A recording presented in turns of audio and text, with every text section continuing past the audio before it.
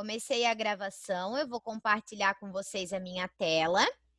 Nós vamos hoje fazer a leitura da página 28 de Ciências. Começa assim a leitura. Os seres vivos de um ecossistema costumam interagir entre si, e as relações mais comuns são as de alimentação. As formigas se relacionam com as plantas ou os fungos que comem.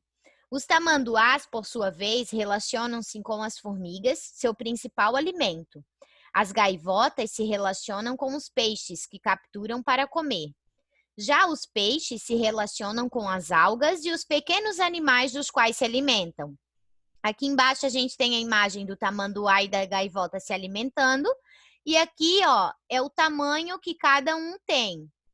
O tamanduá tem 2 metros e a gaivota 60 centímetros. Vamos lá. Os seres vivos também se relacionam para se reproduzirem, cuidarem dos filhotes, disputarem território e se protegerem. Aqui embaixo, um pássaro cetim construindo o seu ninho, o tamanho dele, e um casal de pinguim cuidando do filhote, com o tamanho aqui também. Conhecendo mais sobre os seres vivos, podemos perceber vários tipos de relações entre eles. Vamos estudar alguma delas? Então, agora nós vamos começar na protocooperação. Depois vocês vão acessar o QR Code que tem aqui e vão assistir um videozinho que é bem rapidinho, também fala sobre a protocooperação. Vamos lá, acompanhe a leitura na apostila de vocês. Em um jardim, é comum observarmos as abelhas e os beija-flores pousarem nas flores para se alimentarem do néctar. Ao sair da flor, esses animais levam grãos de pólen grudados em seu corpo. E quando chegam a outra flor, deixam esses grãos que servem para a reprodução da planta. Aqui embaixo a abelha e o beija-flor, né? O tamanho deles. Vamos lá. O transporte de grãos de pólen de uma flor para outra chama-se polinização. Nesse processo, a abelha e o beija-flor se alimentam do néctar das flores e espalham grãos de pólen de uma flor para outra, permitindo a formação de frutos e sementes.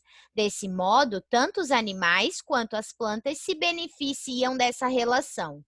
Então, a professora agora vai explicar para vocês o que é a protocooperação. A protocooperação, ela é um sistema...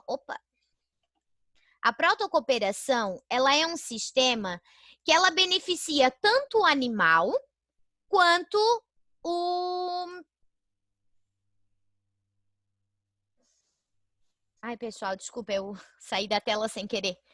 A protocooperação, ela beneficia tanto o animal quanto a planta ou um ser vivo que ela está. Dá um exemplo. Na protocooperação ali tem um exemplo da abelha, certo? A abelha, ela vai lá na planta, pega o pólen da planta, que ela se beneficia com aquele pólen e leva para outra planta, certo? Então, os dois se beneficiam. Uma outra experiência, uma outra dica, exemplo de protocooperação é o crocodilo africano com o pássaro palito. O que acontece? Quando o crocodilo africano ele se alimenta, quando ele termina de se alimentar, que ele está fazendo a digestão, ele fica com a boca dele aberta, né, para fazer a digestão, e aí vem o pássaro palito, entra na boca dele, come aquele resto de parasitas e as sobras de alimento que fica na boca dele, né? O pássaro está se beneficiando porque está se alimentando e o crocodilo está se beneficiando porque o pássaro palito está fazendo uma limpeza na boca dele, né? Um outro exemplo também que dá para dar sobre a protocooperação é sobre a anêmona do mar. A anêmona do mar e o caranguejo. O que acontece? A anêmona, ela se instala sobre a concha do caranguejo, que aí possibilita a proteção, né, de predadores para não acabar não pegando o caranguejo. E, por outro lado, ela se beneficia por quê? Porque ela ganha o transporte de um lado para o outro que o caranguejo faz e facilita, sim, a obtenção dela para ganhar alimentos, né? Então, tem vários tipos de exemplos sobre a protocooperação.